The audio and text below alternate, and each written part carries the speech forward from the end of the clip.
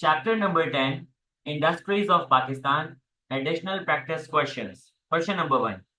Government of Pakistan require all power distribution operators to comply rules and regulations. Regulatory authority for this purpose is dash, which is an autonomous body mandated by the law to regulate the power sector to ensure that the interest of investors and customers are protected and the competitive environment is maintained. बातें सारी झूठी लिखी हुई है, लेकिन answer है NEPRA. Book की language है, जाके देख लीजिएगा, आंसर आपको मिल जाएगा। आप पीडीएफ में नेपरा टाइप करोगे, आपको आंसर मिल जाएगा। सही है, जैसे मैंने कहा बातें सारी झूठी है, लेकिन आंसर है सी। आगे बढ़ते हैं। मुसफ is procurement manager at power city power generation company for city. His prime task are to manage what? Imports of fuel, human resource management, plant and equipment, A and C.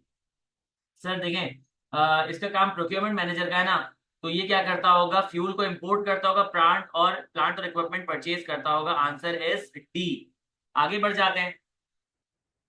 There is one major representative of textile industry in Pakistan who is responsible for securing vital interest of investors and stakeholder।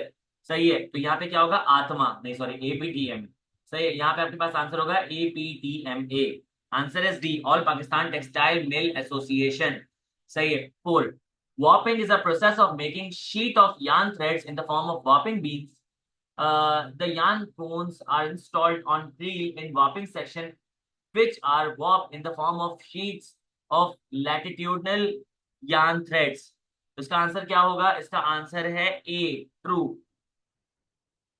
Sir ये book की language है, अगर आपको नहीं भी समझ आ रहा ना इसका आंसर, अगर आपने बुक रीड की होगी ना तो उसका आंसर आपको समझ आ जाएगा। मैं मासद आपको फिर से परेशान कर रहा हूँ। मैं चीज क्या कर रहा हूँ आपके सामने, सर बुक खोल के रख रहा हूँ ताकि आप लोग जो है इस चीज को चेक भी कर सको। मेरे साथ रहिएगा जरा इसमें। सही है। यहाँ पे कीवर्ड क्या है? Warping is a process of making sheet latitudinal yarn threads ना, तो यार्न थ्रेड्स लिखता हूँ, control F.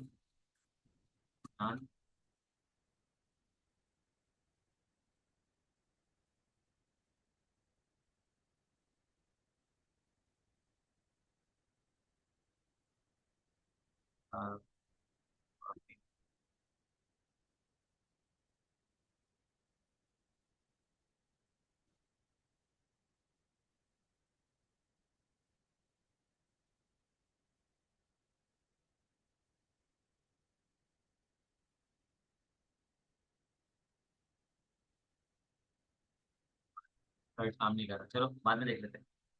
Caps lock of करें, इससे फर्क नहीं अच्छा आ गया, नहीं इससे फर्क नहीं पड़ता। वो मेरे ख्याल से बुक को सर्च कर रहा था, मेरी हालत खराब हो गई देखने के लिए। चलो आ गए। सही है, देखो ये आ गया। ये रहा आपके पास आंसर। ठीक है। It's a process of making sheet of yarn threads in the form of warping B. पूरा आपके पास एज इट इज आंसर लिखा हुआ है।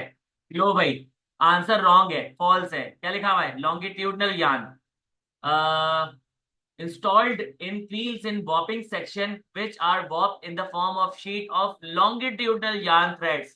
तो आंसर हमारा हो गया गलत। latitudinal yarn threads, the yarn cones are installed on reels in warping section which are warped in the form of sheets of latitudinal yarn threads। तो इसका आंसर है फॉल्स। तो मुझे बताएगा इसका बुक में आंसर क्या है? तो मुझे बताएगा इसका बुक में आंसर क्या है? आंसर इज फॉल्स जी। अरे तुम इस पे टेंशन नहीं लो, बस मुझे अभी आंसर बताओ, छोड़ दो ये डिटेल वगैरह को, फिलहाल अभी एमसीक्यू चलाओ मेरे साथ। इसका बुक में आंसर क्या आ रहा है? ट्रू आ रहा है, फॉल्स आ रहा है? चलो, बुक में ए है तो इसका मतलब है कि हमारा आंसर सही हो गया, क्योंकि बुक भी गलत थी, हम भी गलत, मतलब जो आपके पास आई कैप भी गलत था और हम भी गलत थे, क्योंकि बुक में क्या लिखा हुआ है? बुक में लिखा हुआ है लॉन्गिट्यूडनल यार्न थ्रेड्स। तो यहाँ पे इसने इतनी बड़ी लाइन लिखी थी, इतनी बड़ी लाइन में इसने लॉन्गिट्यूडनल को लैटिट्यूडनल से चेंज कर दिया। तो यहाँ पे हम दोनों, हमारा आंसर सही हुआ, 2 मार्क्स मिल गए। वैसे कॉन्सेप्चुअली हम गलत है, तो यहाँ पे फॉल्स होना चाहिए था, लेकिन आई कैप के हिसाब से हम सही हो गए, हमें मार्क्स हमारे नहीं कटे हैं। तो मैं ये बताना चाह रहा हूं कि कभी कभी ऐसा भी हो सकता है कि आप लोग ये परेशान होते हो ना कि यार सही एमसीक्यू टिक करके हमारे मार्क्स चले गए, गलत एमसीक्यू टिक करके मार्क्स मिल भी सकते हैं। तो हर किस्म की पॉसिबिलिटीज है। 5, quality control department rejected few clothes items as they discovered rough surface area as it did not go through proper burn off surface area process. The process is called, बताओ कि जब ऊपर से आप रुआं जलाते हो उस प्रोसेस को क्या कहा जाता है? उस प्रोसेस को कहा जाता है सिंचिंग। अब जिसने बुक रीड की होगी उसको उसका आंसर पता चल जाएगा। अब तक 5 MCQs हो चुके हैं। ये आपके पास सिंचिंग ये रहा। Singeing is design to burn off the surface fibre the fabric to invoke smoothness in it. तो इसका मतलब है कि 5 का आंसर है डी। आगे बढ़ जाते हैं। The process to improve whiteness of fabric by removing natural coloration and impurities from the fabric through a washing process is called what? Bleaching. तो 6 का आंसर है सी, ब्लीचिंग। ये रहा सही है। Bleaching, bleaching improves whiteness of fabric by removing natural coloration and impurities from the fabric through a washing process। Sir अब तक तो सारे बुक से बिल्कुल एज इट इज वर्ड्स आ रहे हैं। तो मैंने कहा ना 9 और 10 के लिए बुक रीडिंग बहुत जरूरी है। Finishing of fabric is achieved when following is done. जो फैब्रिक की फिनिशिंग तब कंप्लीट होगी जब आपने उसकी श्रिंकेज कर लिया होगा, उसका उसको रेज कर लिया होगा, कैलेंडरिंग कर ली होगी, स्नेफराइजिंग कर ली होगी। तो आंसर इज बी, 7 का आंसर है all of the above. Sir ये मुझे कहाँ मिलेगा? ये आपको यहां मिलेगा।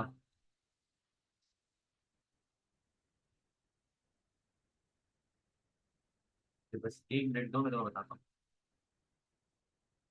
ये तुम्हें कहाँ मिलेगा। हाँ ये रहा finishing. In finishing different process are applied to improve the look performance, shrinkage, raising, calendering, sanforizing. तो आंसर यहाँ पे मौजूद है। बुक की लैंग्वेज है। मैंने कहा था कि 10 चैप्टर ना आपने एक दफा रीड कर लेना, तो इस क्लास के बाद रीड कर लेना, ठीक है। ABOZ fabrics ensure high quality internal inspection before shipment to customer. Alize and her team ensure which of the following। ये भी आपको आंसर पता है, बुक की लैंग्वेज है। 8 का आंसर क्या होगा? 8 का आंसर होगा आपके पास ए, AQL। सर इसका आंसर आपको कहां से मिलेगा? इसका आंसर आपको यहां से मिलेगा। ये देखो, ये रहा आपके पास answer. Acceptable quality limit. Acceptable quality limit क्या होनी चाहिए कि आपके पास जो है वो 4% जो है वो अगर गलती हो तो तब तक चल जाएगा, तब तक एक्सेप्टेबल क्वालिटी है। उसके बाद क्या हो जाएगा कि उसके बाद क्वालिटी खराब हो जाएगी। अगर 5% हो गई, 6% हो गई, तो इसका मतलब है कि जो पीस है वो डिफेक्टिव है। अच्छा, मुनीबा कह रही है कि बुक में आंसर डी है, तो इसका मतलब है कि हमारे मार्क्स कट गए, लेकिन कॉन्सेप्चुअली हम सही हैं। कॉन्सेप्चुअली हम सही है, तो मैं यहाँ पे रेड करूंगा। रेड मीन्स कि हमारी गलती है। सही है, तो हमारे यहाँ पे 2 मार्क्स लूज हो गए। बुक में आंसर डी है तो हमारे यहाँ पे 2 मार्क्स कट गए। वहां पे बुक में आंसर जो है वो ट्रू था तो हमें 2 मार्क्स मिल गए थे। तो कभी हम गलत हो जाएंगे, हमें मार्क्स मिल जाएंगे, कभी हम सही होंगे तो मार्क्स कट जाएंगे। तो ये जिंदगी है। आई होप समझ आ गई होगी। सही है।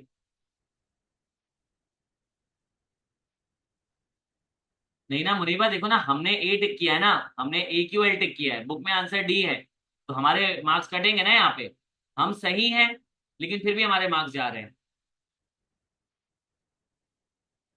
नहीं भाई, यहाँ पे टोटल क्वालिटी मैनेजमेंट के बारे में लिखा हुआ है, अगर लिखा हो तो मुझे बताओ। Total quality management, let me check. अभी चेक कर लेते हैं। टोटल क्वालिटी, मैंने कहीं यहाँ पे टोटल क्वालिटी मैनेजमेंट देखा नहीं, मैंने चैप्टर नंबर 9 में देखा था। Total quality management. चलो TQM, अच्छा एक जगह आया हुआ है।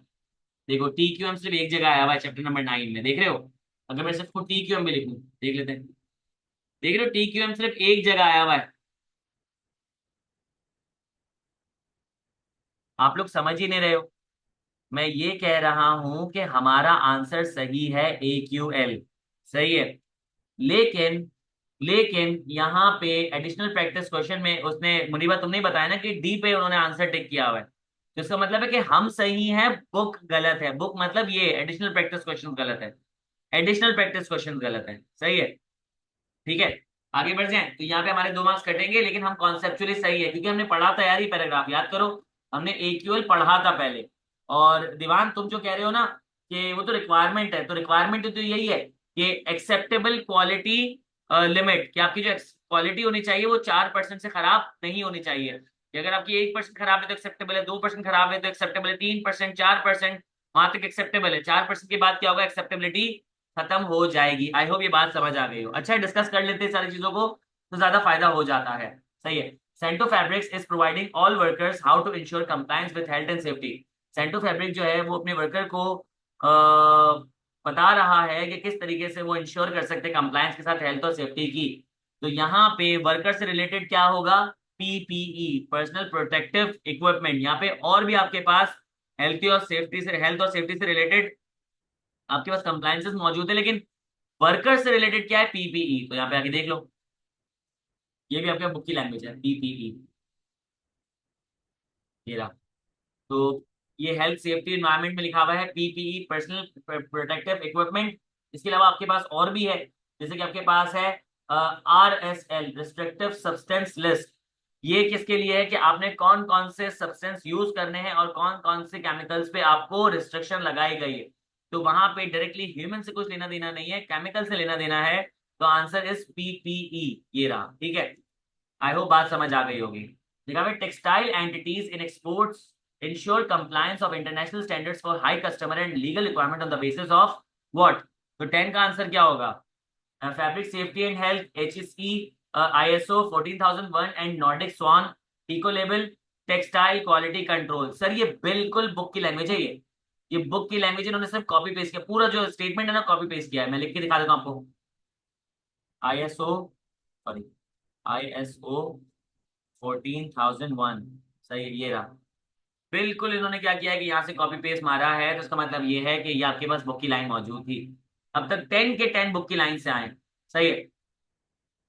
आ जाते 11 पे, which of the following payment is not made to DRAP. सही, आपको बताया कि आप जो ना ड्रैप को आप 4 पेमेंट कर रहे होते हो, उसमें से एक नहीं होगी। आप सेंट्रल रिसर्च फंड को 1% प्रॉफिट बिफोर टैक्स दे रहे होते हो, बिल्कुल सही है। आप न्यू ड्रग रजिस्ट्रेशन फीस दे रहे होते हो, बिल्कुल सही है। आप प्लांट रजिस्ट्रेशन रिन्यूअल फीस देते हो, नहीं सर, प्लांट रिन्यूअल रजिस्ट्रेशन तो नहीं देते हम लोग, हाँ ड्रग मैन्युफैक्चरिंग लाइसेंस फीस देते हैं। तो आंसर इज सी, ये हम उसको पेमेंट नहीं कर रहे होते। सही है। तो ड्रैप के चारों पॉइंट अगर आपने रीड करने हो तो ये एमसीक्यूज पे जाके यहाँ पे ड्रैप लिखो तो आपको चारों पॉइंट मिल जाएंगे।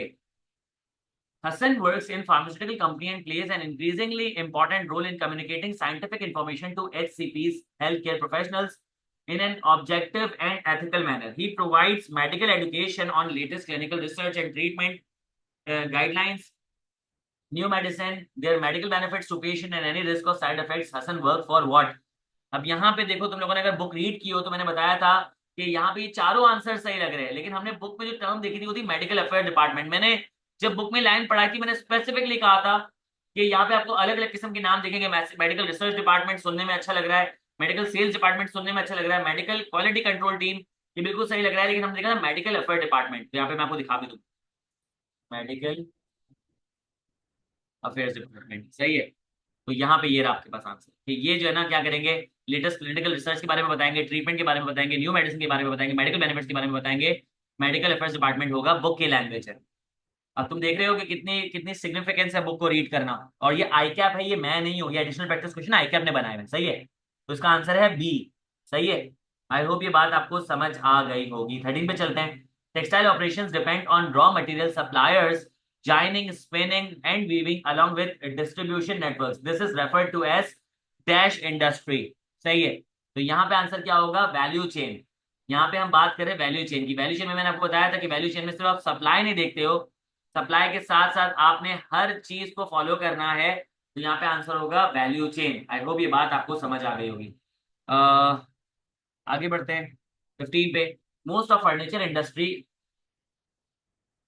जुल्किफिल मेरे प्यारे दोस्त, देखो तुमने सारी चीजों को याद नहीं रखना है। All you need to do is to read the book. देखो मैं तुम लोगों को ना एक बहुत थोड़ी सी ऐसी बात करने जा रहा हूँ जो थोड़ी सी तल्ख लगेगी, लेकिन हकीकत है। मैं एक रूम में एंटर नहीं हुआ हूं, मैंने वो रूम देखा नहीं, सही है। मैं दरवाजे के बाहर खड़ा होके सोच रहा हूं कि मैं इस रूम में जाऊंगा तो मुझे फर्नीचर कौन से कलर का मिलेगा, मुझे जो है वो बेड मिलेगा नहीं मिलेगा, अंदर एसी लगा हुआ है नहीं लगा हुआ। First what you have to do is to enter the room और जाके उस रूम को एक दफा देख लो। तो यहाँ पे तुम्हें आइडिया हो जाएगा कि तुम्हें किस तरीके से चीजों को टैकल करना है। मेरे पास स्टोरेज कैपेसिटी होगी कि नहीं होगी, मुझे जो एयर कंडीशनिंग सिस्टम सही मिलेगा नहीं मिलेगा। तो यहाँ पे first what you need to do is to read the book 2 और 3 टाइम्स। ये कर लो, फिर उसके बाद जो तुम मुझसे सवाल पूछना कि सर ये सारी डिटेल्स याद करनी होगी या नहीं, तो वो तुम्हें आंसर खुद मिल जाएगा। You don't have to memorise anything. आपने बुक को 3 दफा रीड किया नहीं है, और आप लोग घबरा रहे हो कि यार मुझे डिटेल्स याद करनी होगी या नहीं होगी। एक दफा मेरी बात मान के तुम लोग बुक को 3 दफा रीड कर लो। अब तो खैर टाइम कम है, जितनी बार रीड कर सकते हो, 1 दफा रीड कर लो, 2 दफा रीड कर लो, 3 दफा रीड कर लो, जितना टाइम बचा है रीड कर लो। फिर तुम्हें ये मुझसे सवाल पूछने की जरूरत ही नहीं पड़ेगी कि तुम लोगों को सारी चीजें खुद ही रिकॉल हो रही होगी। जब से कहते हो ना सारी चीजें, तो कुछ को शायद 70% रिटेन हो रही होगी, कुछ को 80% रिटेन हो रही होगी, कुछ को 90% रिटेन हो रही होगी, लेकिन वर्स्ट केस सिनेरियो में भी 70% रिटेंशन होगी। तो 70% रिटेंशन, फिर उसके बाद जो हम लोग एडिशनल प्रैक्टिस क्वेश्चन सॉल्व कर रहे हैं वो, फिर जो तुम लेक्चर ले रहे हो वो, आई डोंट बिलीव कि तुम लोग पेपर फेल करो। आई होप ये बात समझ आ गई होगी। तो first, if you want to if you want to get some kind of certainty, you have to read the book first. You have to follow the instructions first. अगर आप instructions follow नहीं करोगे, आप बुक रीड नहीं करोगे, सही है, तो आप परेशान ही रहोगे। I don't want my students to get confuse. मैं नहीं चाहता कि आप वरी करो, आप परेशान करो। आई वांट यू कि अपना काम करो और जाके पेपर दो और इंशाल्लाह पास कर लो। आई होप ये बात समझ आ गई होगी। ठीक है, 14 पर आ जाते हैं कि ज्यादातर जो फर्नीचर इंडस्ट्री होती है वो वुड लेती है ट्री कटर से और प्लांटेशन फार्मर से। ये जो है आपके पास अप स्ट्रीमिंग का पार्ट है, सही है। आई होप ये बात आपको समझ आ गई होगी। मेरी बात अगर कोई अगर बुरी लगे तो मैं माजरत चाहता हूँ, लेकिन मैं चाहता हूँ कि मेरा हर बच्चा ना बेहतरीन परफॉर्म करे और वो किसी के सामने परेशान ना हो, और कोई टीचर जो ना उसको बुरा भला ना कह सके। इतना वो एम्पावर्ड हो, उसके अंदर एनर्जी हो, पावर हो, कि वो क्या करे कि सामने काम करके दिखा और बोले कि देखो यार मैंने सारी चीजें कर ली है, अब मुझे बताओ कि अगली चीज मुझे क्या करनी है। ठीक है। 15, Chinese entertainment channel has purchased a film production unit in UAE. It is called upstreaming, downstreaming, middle streaming, vertical integration. तो 15 का आंसर है डी, वर्टिकल इंटीग्रेशन। इसको ऐसे समझो, देखो Chinese entertainment channel, Chinese entertainment channel का मतलब क्या है कि वो डिस्ट्रीब्यूशन का काम तो ऑलरेडी कर रहा है। वो डिस्ट्रीब्यूशन का काम तो ऑलरेडी कर रहा है, तो वो डाउन स्ट्रीमिंग तो वैसे ही कर रहा है। तुमने प्रोडक्शन यूनिट भी परचेज कर लिया, तुमने प्रोडक्शन यूनिट भी परचेज कर लिया, तो इसका मतलब ये है कि तुमने अप स्ट्रीमिंग, तुमने मूवी खुद से बनाई, खुद से सेल की, और खुद से जो है वो तुमने शो की। तो इसका मतलब ये है कि तुम सारी एक्टिविटीज खुद कर रहे हो। तो चाइनीज एंटरटेनमेंट चैनल ने जब प्रोडक्शन यूनिट परचेज कर लिया तो उसने वर्टिकल इंटीग्रेशन हासिल कर ली। आई होप ये बात समझ आ गई होगी। आगे बढ़ते 16 में, supply chain refers to the entire process of supply and selling commercial goods. Sir ये तो सिंपल सी बात है, इसका 16 का आंसर होगा ए। ठीक है। Hydel power is produce from turbines of water reservoir और dams. This part of value chain is referred to as. Sir ये तो कितना सिंपल है यार, कि यहाँ पे आप इसको कहोगे ऑल ऑफ द अबव, क्योंकि हमने देखा था कि this is called point of generation, this is called production, this is called upstreaming. तो आंसर इज डी, 17 का आंसर है डी। 18 पे चलते हैं। Power from generators need to travel long distances on power line, therefore power voltage is increased using step up transformer. Voltage at consumer side is step down using transformer. It is passed as it is generated. Answer is A और B। फिर तो बहुत simple है, answer है D. कि जब पहले electricity निकलती है तो उसको स्टेप अप ट्रांसफार्मर के थ्रू बढ़ाया जाता है वोल्टेज को, फिर उसके बाद जब घरों तक पहुंचते है उसको रिड्यूस कर दिया जाता है। Answer is A and B. 19 पे चलते हैं। पावर लाइन जो है इससे डिजाइन की जाती है डिफरेंट वोल्टेजेस को कैरी कर सके एट द सेम टाइम। अगर एट द सेम टाइम ने लिखा होता तो मैं ट्रू करता, अब मैं इसको फॉल्स कर दूंगा कि एक इलेक्ट्रिक वायर के अंदर जो है अलग वोल्टेज को कैरी करने की ताकत होती है, एक में अलग होती है। 20, transmission loss is term used when there is power shortage, power breakdown, fluctuation, difference in power produced and power distributed. Answer is D। सारी बुक की लैंग्वेज है सारी। मैंने शुरू में तुम लोगों को कुछ एग्जांपल के तौर पे यहाँ पे मैंने रेफर करवा दिया था, अब रेफर नहीं करवा रहा, तो इसका मतलब ये नहीं कि बुक में नहीं लिखा हुआ, अब मैं टाइम सेव कर रहा हूँ, सही ना। प्लीज यार जरा इस पे ना तुम लोग जरा ध्यान लगाया करो। ठीक है। 21, government of Pakistan issues guarantee to independent power producer for backing up the payment obligation of the power purchaser. Sir book की लैंग्वेज है यार। आगे बढ़ते हैं। Procurement and logistic manager make sure required item are timely available to unit at dash. Its inventory management segment ensures that stores and spares are kept in dash and are ready for use when need arises. Procurement और logistic, ये अच्छे book की language है by the way. 22 सही है। यहाँ पे बता रहा है कि जो प्रोक्योरमेंट मैनेजर जो होते हैं वो क्या करते हैं, कंपेटिटिव प्राइस पे सेल कर रहे होते हैं प्रोडक्ट को, और क्या करते हैं कि जो है वो प्रिस्टीन कंडीशन में चीजें रखते हैं। तो यहाँ पे अगर मैं लिखूंगा ना प्रिस्टीन कंडीशन तो मैं मिल जाएगा, बुक की लैंग्वेज है ये, प्रिस्टीन। ये रहा, are kept in pristine condition. Book की पूरा पूरा पैराग्राफ छाप दिया इन्होंने, सही है। आई होप ये बात आपको समझ आ गई होगी। आगे बढ़ते हैं। Top management instructed that maintenance should be done in low demand time, maybe in winters. This will be the prime duty of what? Of whom? तो आंसर है प्रोक्योरमेंट और लॉजिस्टिक्स। ऐसी बात है कि यहाँ पे आपने कहा कि हम जो ना ये मेंटेनेंस का काम कब करेंगे, कि जब आपके पास जो है डिमांड कम हो। तो लॉजिस्टिक का मतलब क्या होता है कि आपने चीजों को आगे की तरफ ट्रांसपोर्ट करना होता है। तो जब आपको ट्रांसपोर्ट करने की जरूरत नहीं होगी तब आप इस तरह काम करोगे ना। तो आंसर इज बी, 23 का आंसर है बी। आगे बढ़ते हैं 24। Entire organisations operating in power sector is required to follow high standard of health and safety. HSC department provides the following for that. ये मैंने आपको बताया था कि एचएससी डिपार्टमेंट में जो पावर सेक्टर का उसमें ना पावर सेफ्टी कोड भी होता है, डिस्ट्रीब्यूशन कोड भी होता है, पावर सेफ्टी मैनुअल भी होता है। ये जब मैंने आपको बुक रीड करवाई थी पहली बार तो मैंने आपको ये बात बताई थी। Answer is all of the above. Entire organization operating in power sector is required to follow high standard of health and safety. HSC department provide the following for that. सही, आगे बढ़ जाते हैं। 25 B. Information is processed and monitoring is carried out to ensure continuous supply of power to all consumer and industrial sector. Information system used are, तो यहाँ पे 25 में कौन सा इंफॉर्मेशन सिस्टम यूज होगा? Sir online system, real time system, decision support system, distributed system. देखो यहाँ पे आप क्या कर रहे हो, डिसीजन मेकिंग कर रहे हो। या आपने क्या करना है, कंटिन्यूस सप्लाई देनी है। तो यहाँ पे आप डिसीजन सपोर्ट सिस्टम यूज करोगे। आंसर इज सी, 25 का आंसर है सी। आई होप ये बात आपको समझ आ गई होगी। Sorry sorry sorry sorry sorry sorry, my mistake, नहीं नहीं सॉरी। यहाँ पे ये कह रहा है कि आपने इंफॉर्मेशन को प्रोसेस किया, मॉनिटर किया, ताकि आप continuous supply of power ensure करो। कंटिन्यूस सप्लाई ऑफ पावर का मतलब क्या है कि यहाँ पे जो आप इंफॉर्मेशन सिस्टम यूज कर रहे होगे वो रियल टाइम है।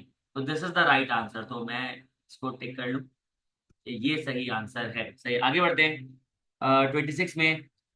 Fibre body textile use short term state bank finance for finance export assignment. This SBP special low markup scheme for textile sector known as. Sir ये तो सिंपल बुक की language है कि यहाँ पे आपके पास LTFF है जो बेसिकली प्रोवाइड किया जाता है लोगों को कि उनको जो है वो कम टैरिफ देना, लो टैरिफ देना पड़े फाइनेंस को सिक्योर करने के लिए। तो 26 का आंसर है बी। 25 का आंसर है बी, 26 का आंसर है बी। आगे बढ़ते हैं 27 पे। 27 में लिखा हुआ है कि primary factor of production for textile industry is cotton. Simple है यार, true. Tanning is a process to make fabric of high quality, make high quality threads, use infrared light to check defects, separate of seed of cotton. Tanning में आपको पता है क्या होता है कि आप सीड में से कॉटन को सेपरेट कर रहे होते हो। Answer is D. सही, आगे बढ़ जाते हैं। Raw material for joiner is local cotton, पट्टी, cotton seed, all of the above. 29 का आंसर होगा ऑल ऑफ द अबव। आप इसको लोकल कॉटन भी कहते हो, पुट्टी भी कहते हो और सीड कॉटन भी कहते हो। सही है। 30 all joiners in Pakistan are represented by one association who is responsible for dispute resolution of negotiation with textile mill owners and government. The body is called what? आपको पता है कि ऑल पाकिस्तान कॉटन जाइनर एसोसिएशन के नाम से एक organisation जो कि सारी चीजों को देख रही होती है। आंसर इज ए। खत्म नहीं होता है, एमसीक्यू शुरू हो जाता तो 30 होना चाहिए। Only cotton is required to go through spinning process. Polyester does not require such process. Sir देखिए पॉलिस्टर क्या है, एक मैन मेड फाइबर है तो उसका आपने स्पिनिंग की जरूरत नहीं, डायरेक्टली धागा बना सकते हो। तो इट्स ट्रू, कॉटन में होती है जाइनिंग और स्पिनिंग उसमें नहीं होती है पॉलिस्टर में। तो answer is true. 32 most of spinners lost the contract due to poor quality of yarn they produced. This is mainly attribute to what? कि लैक ऑफ क्लाइमेट कंट्रोल था, लैक ऑफ ट्रेनिंग था, lack of high tech machine था, या फिर D all of the above. Sir देखें यहाँ पे ना आपके पास जो क्वालिटी ऑफ यार्न जो प्रोड्यूस हो रहे हैं वहां पे आप क्या कर सकते हो, कॉन्ट्रैक्ट लूज कर सकते हो। क्योंकि स्पिनर में क्या होता है, आपके पास सबसे बड़ा मसला होता है कि आपके पास क्लाइमेट कंट्रोल आप नहीं कर पा रहे होते। तो क्लाइमेट कंट्रोल की वजह से होता है। इसमें ट्रेनिंग का इतना मसला नहीं है, यहाँ पे हाई टेक मशीन का मसला नहीं है। यहाँ पे पुराने जमाने पे जो है वो बाबाओं के जमाने की मशीनें यूज हो रही हैं और अच्छी क्वालिटी का यान बन जाता है। ट्रेनिंग वगैरह नहीं भी हो तो मसला नहीं होता, लेकिन जो क्लाइमेट कंट्रोल है उसकी वजह से क्या होता है, ये सारा मसला हो रहा होता है। सही है। अब यहाँ पे लिखा हुआ है कि स्पिन प्लान, जब मैं तुम्हें स्पिन स्पिन बताया था ना, स्पिन प्लान के बारे में बताया था, तो मैंने आपको बताया था कि कैसा एमसीक्यू आएगा। कि यहाँ पे इन्होंने जो ना सारी चीजें एक जैसी लिखी हुई है, लेकिन उसमें एक वर्ड का फर्क है जिसकी वजह से आंसर अलग हो जाता है। मैं रीड करता हूँ। Backward planning of input required for each subsection of weaving process. आपको बैकवर्ड प्लानिंग करनी होती है कि आपको इनपुट कितना चाहिए। आउटपुट इज डिटरमाइंड बैकवर्ड, नहीं सर, यहाँ पे इनपुट रिक्वायर्ड होता है backward from autocone to mixing process, keeping in view the base percentage in each process. तो सर ये बैकवर्ड प्लानिंग तो सही है, लेकिन यहाँ पे आउटपुट नहीं होना चाहिए था। फॉरवर्ड प्लानिंग नहीं होती है, हॉरिजॉन्टल प्लानिंग नहीं होती है, तो सर ये भी गलत हो गए। तो आंसर है बैकवर्ड प्लानिंग और इनपुट इज डिटरमाइंड, तो आंसर है डी। सर ये लैंग्वेज आपको बुक में एज इट इज मिल जाएगी। अब जो बोलते हैं ना कि सर इसको कैसे रिटेन करें, अगर बुक को आपने 3 से 4 दफा रीड करना है तो ऐसे एमसीक्यूज आपके निकल जाएंगे। सही है। इट इज इम्पॉसिबल कि यहाँ पे आईटीबी आपको इतना ज्यादा पढ़ाया जाए कि ये सारी चीज आपके माइंड में बैठ जाए। कोई भी आईटीबी आपको ना 100 घंटे का नहीं पढ़ाएगा, लेकिन यहाँ पे आपको मैंने इतना डिटेल में पढ़ा दिया है कि इंशाल्लाह अगर आप रीडिंग अपनी अच्छी कर लोगे तो आपकी चीजें पास हो जाएंगी। 23 का आंसर था डी। 34 पे आ जाते हैं। The capacity of spinning unit, sir ये तो हमने उसमें भी देखा था, क्या नाम है, अपने मॉडल पेपर के अंदर, तो आंसर है डी। उफ 35। 35 में लिखा हुआ है कि वीविंग डिपार्टमेंट स्टाफ जो है रिस्पॉन्सिबल होता है कि यान को रिसीव करे, स्पिनिंग डिपार्टमेंट से उनको वीव करे ताकि वो क्या बनाए, ग्रेश। मैंने पता ग्रेश वो कपड़ा होता है जो ग्रे और बेज कलर का होता है, उसको ग्रेश कहते हैं। ये अनफिनिश्ड ववन या नेटेड क्लॉथ होता है।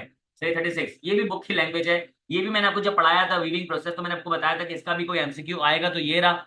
सही है। तो लिखा हुआ है कि longitudinal threads that is thread along the length of the fibre weft. Sir longitudinal threads को वेफ्ट नहीं कहते, बल्कि वॉप कहते हैं। सही है। तो ए गलत हो गया। Longitudinal threads that is thread along the length of the fabric, warp, यहां तक सही है। Lateral threads that is thread along the width of the fabric, weft. Sir ये दोनों सही है। लेटरल थ्रेड को कहते हैं वेफ्ट, लॉन्गिट्यूडनल थ्रेड को कहते हैं वॉप, ये सही है। सी देख लेते हैं। हॉरिजॉन्टल थ्रेड को वॉप कह रहे, गलत हो गया। लॉन्गिट्यूडनल थ्रेड को वॉप कह रहे, सही है। वर्टिकल थ्रेड कुछ भी नहीं होता, तो आंसर है बी। अब ये तुम लोगों ने अगर वीविंग सही से पढ़ा होगा ना, जब मैंने क्लास में पढ़ाया था, तो तुम लोगों को आंसर मिल जाएगा, लेकिन अगर नहीं तो अभी रीड कर लोगे ना बुक, तो तुम्हें फायदा हो जाएगा। सही है। अब तक मेरे ख्याल से शायद कोई आपके पास 36 एमसीक्यूज थे, मुझे ऐसा लगता है कि तकरीबन उसमें से कोई 30-32 जो है वो आपके पास बुक से आए हैं as it is. 37, Pakistan best quality fabric is competitive in global market because of its yarn quality, number of warp, number of weft, all of the above. Sir ये जब हमने पढ़ा था वीविंग, तो वीविंग में देखा था कि तीनों चीजें होनी चाहिए, यान की क्वालिटी, वॉप और वेफ्ट, तीनों चीजें होनी चाहिए। Making a sheet of yarn threads in the form of warping beam, the yarn cones are installed on three in warping section which are warping in the form of sheet of horizontal yarn thread। अभी पढ़कर हैं, देखा मैंने कहा था reading का फायदा हो जाता है। ये लाइन अभी हम पढ़कर आए हैं 38 की। तो यहाँ पे क्या करें, this is direct beam warping, type of sectional pattern warping, method of ball warping. सही है। अब टू बी ऑनेस्ट मैं बताऊं, मुझे इसका आंसर नहीं पता, तो मैं कोई भी टिक करूंगा ना तो वो गलत हो जाना है। सही है। तो मैं काम करता हूँ कि मैं अभी जाके बुक में देखकर आ जाता हूँ कि इसमें क्या बात हो रही है, क्योंकि टू बी ऑनेस्ट मुझे इसके बारे में बिल्कुल भी आइडिया नहीं है। तो एक काम करते मैं लिखता हूँ, और एक हॉरिजॉन्टल, हॉरिजॉन्टल ज्ञान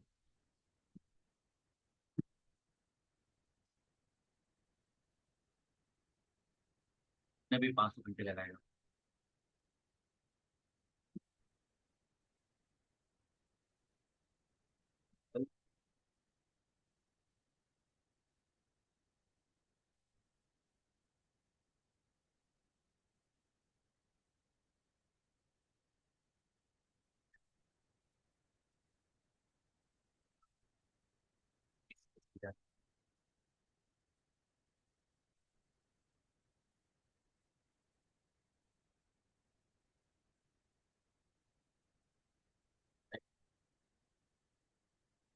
देखो, अब यहाँ पे आपके पास जो है लिखा हुआ है कि there are different types of warping such as direct beam warping, sectional pattern warping, ball warping. तो यहाँ पे आंसर क्या होगा, यहाँ पे आंसर होगा क्या, none of the above.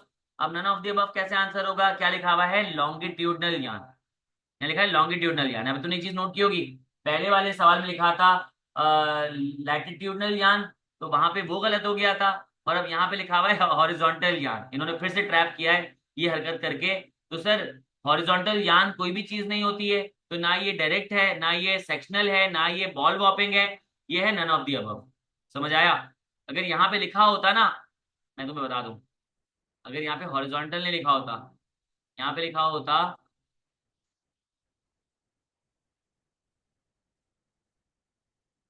Longitudinal यान, तो मैं लिखता ऑल ऑफ दी अबव, तो आंसर हो जाता ऑल ऑफ दी अबव। तो यहाँ पे आंसर हो जाएगा नन ऑफ दी अबव। ठीक है।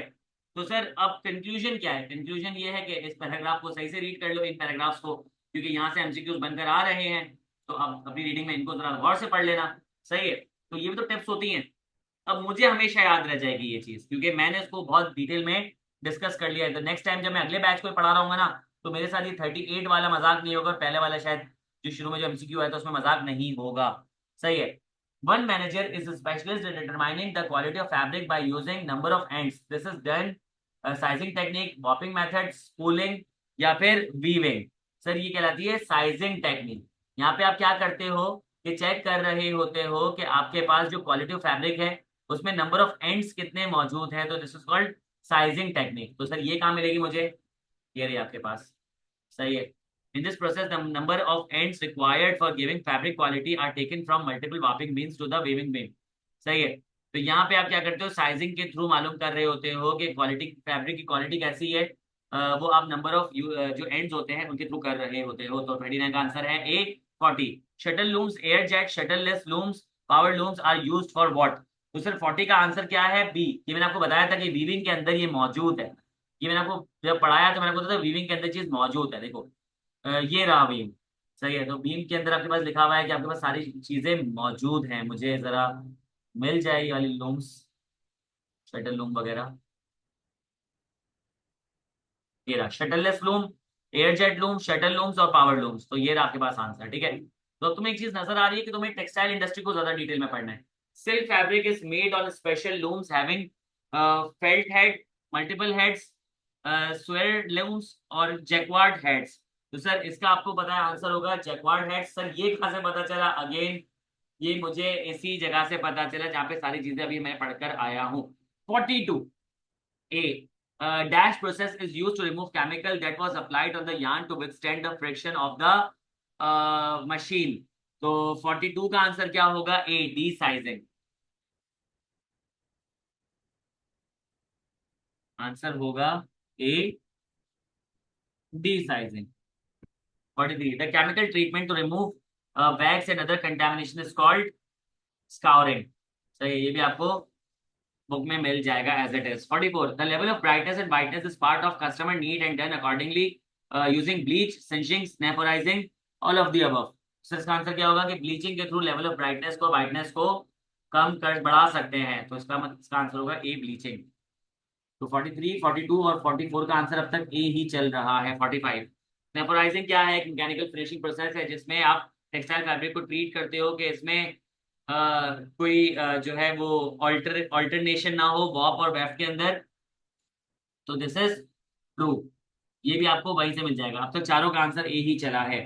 46 रेजिंग, कैलेंडरिंग, स्नेफराइजिंग, सेंफराइजिंग जो है वो प्रोसेस है किसमें यूज होता है? अभी हम ऊपर एमसीक्यू देख कर आए इस चीज का, इसको बोलते हैं फिनिशिंग। अभी हम ऊपर से देख कर आए। सही है। Internal Internal quality team, after careful inspection of audit, gave AQL4 to the fabric finish. Finalized. This means कि जो आपके पास एरर है वो 4% से ज्यादा नहीं होना चाहिए। तो आंसर इज बी। अब देखो इस एडिशनल प्रैक्टिस क्वेश्चन से आई बिलीव कि तुमने एक दफा शायद बुक को फिर से रीड कर लिया है। इफ यू कंसिडर इट, तो तुमने शायद एक दफा बुक को और रीड कर लिया। बुक की सारी चीजें हम लोगों ने अभी डिटेल में डिस्कस कर ली हैं। इनको टर्म्स क्या होती हैं? इनको टर्म्स वो वेरियस ट्रांसपोर्टेशन टर्म्स होती हैं जो कि आप क्या करते हो, टेक्सटाइल प्रोडक्ट को सेल करने में यूज करते हो। तो दो इनको टर्म्स है, एफओबी और सीआईएफ। ये मैंने जब पढ़ाया था आपको बड़ा डिटेल में पढ़ाया था। तो आंसर है सी। ठीक है, इसका आंसर है सी। 49 जो है लिखा हुआ है कि लेबर लीगल एक्शन लिए जा सकते हैं टेक्सटाइल मिल के अगेंस्ट कि अगर वो एम्प्लॉय को इंजरी वगैरह होती है। तो दिस इज कॉल्ड पीपीई। अभी ऊपर से पढ़कर आए हैं। लास्ट में लिखा है कि ये जो है ना पार्ट है इन्वायरमेंटल लॉ का, जिसकी अपने कंप्लायंस करनी है उसके अंदर रहते हुए अभी हमने देखा था कि आपने कोई जो है वो सब रिस्ट्रिक्टिव सब्सटेंस को यूज नहीं करना है, तो यहाँ पे आंसर हो जाएगा डी। अब मुझे बताओ कि हमारे कौन से एमसीक्यूज गलत है, अगर आप लोग जो है वो आपके पास बुक के आंसर्स मौजूद हैं। जी, हमारे कौन से एमसीक्यूज गलत है जो भी यहाँ पे सॉल्व किए। जी दोस्तों।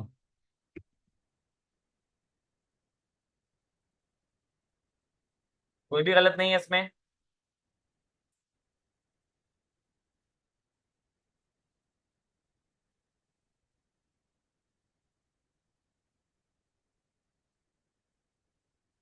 देखो जुनेद, जो तुम्हारे कॉन्सेप्चुअली सही है, आई कैप की गलत है। देखो उसमें दो प्रोबेबिलिटी हो सकती है। अगर लेट सपोज सिस्टमैटिक चेकिंग हो रही है तो जाहिर सी बात है कि तुम्हारा आंसर गलत हो जाएगा। सही है, I now I get it, कह रही तो एक नाइंसाफी गलत हरकत है, लेकिन यार देखो पार्ट ऑफ लाइफ है, इसको एक्सेप्ट करना पड़ेगा। ऐसा दो एमसीक्यूज में होगा, तीन एमसीक्यूज में होगा, इससे ज्यादा नहीं होगा। ठीक है।